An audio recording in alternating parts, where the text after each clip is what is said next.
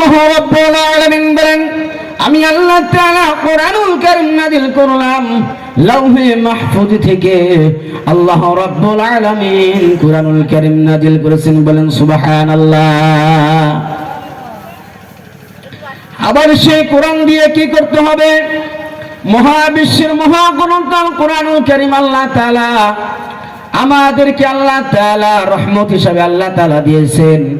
আল্লাহ রাব্বুল আলামিন শিফার জন্য আল্লাহ তাআলা কোরআনুল কারীম নাযিল করেছেন।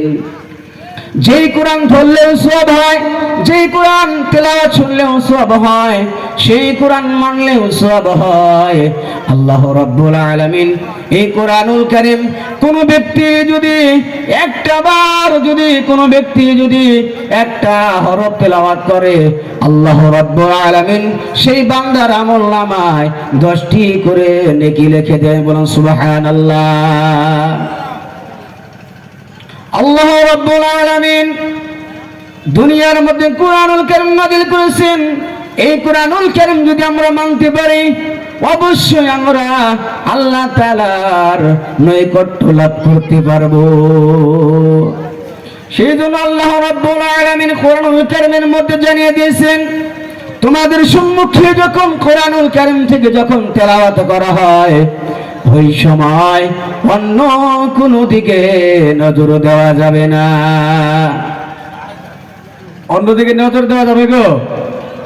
যখন কোরআনুল কারীমের যখন তেলাওয়াত হয়, ওই সময় দিলের কান দিয়ে কোরআনুল কারীমের আয়াতগুলো শ্রবণ করতে হবে।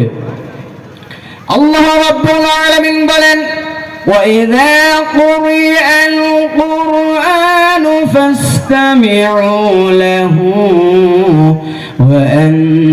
وَأَنصِتُوا لَعَلَّكُمْ تُرْحَمُونَ।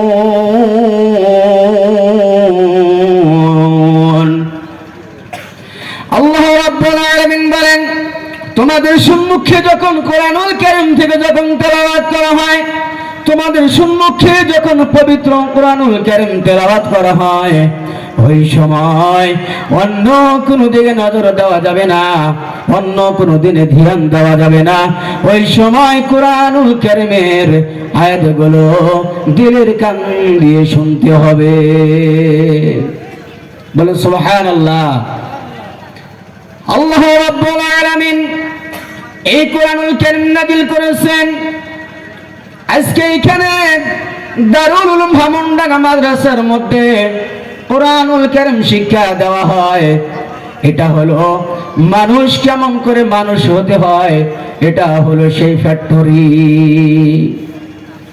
আল্লাহ রাব্বুল আলামিন বিশ্ব নবী সাল্লাল্লাহু আলাইহি সাল্লামকে জানিয়ে দিলেন, দুনিয়ার মধ্যে যখন এই ইসলামিক যত প্রতিষ্ঠানগুলো আছে, যত দিনী শিক্ষা আছে, এই শিক্ষা যদি কেউ করে, আল্লাহ রাব্বুল আলামিন তাকে কোটি কোটি নেকি দিয়ে দেবেন, বলেন সুবহানাল্লাহ।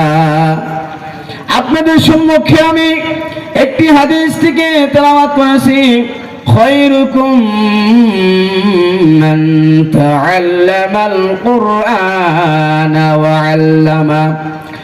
বিশ্ব নবী সাল্লাল্লাহু আলাইহি সাল্লাম বলেন, যারা ইলম শিক্ষা করে অন্যদেরকে ইলম শিক্ষা দেয়, দুনিয়ার মধ্যে হলো সেই ব্যক্তি হলো উত্তম ব্যক্তি, বলেন সুবহানাল্লাহ। কেন বলা হয়েছে উত্তম ব্যক্তি? দুনিয়ার মধ্যে বহুত কিতাব আছে, যে কিতাবগুলো পড়লে কোনো সওয়াব হয় না। সওয়াব হয় গো? বহুত কিতাব আছে, ওই কিতাবগুলো পড়লে সওয়াব হয় না। আমার আল্লাহ রাব্বুল আলামিনের এই কিতাব পড়লে আল্লাহ রাব্বুল আলামিন একটি করে হরফের বিনিময়ে 10টি করে নেকি লিখে দেবেন, সুবহানাল্লাহ।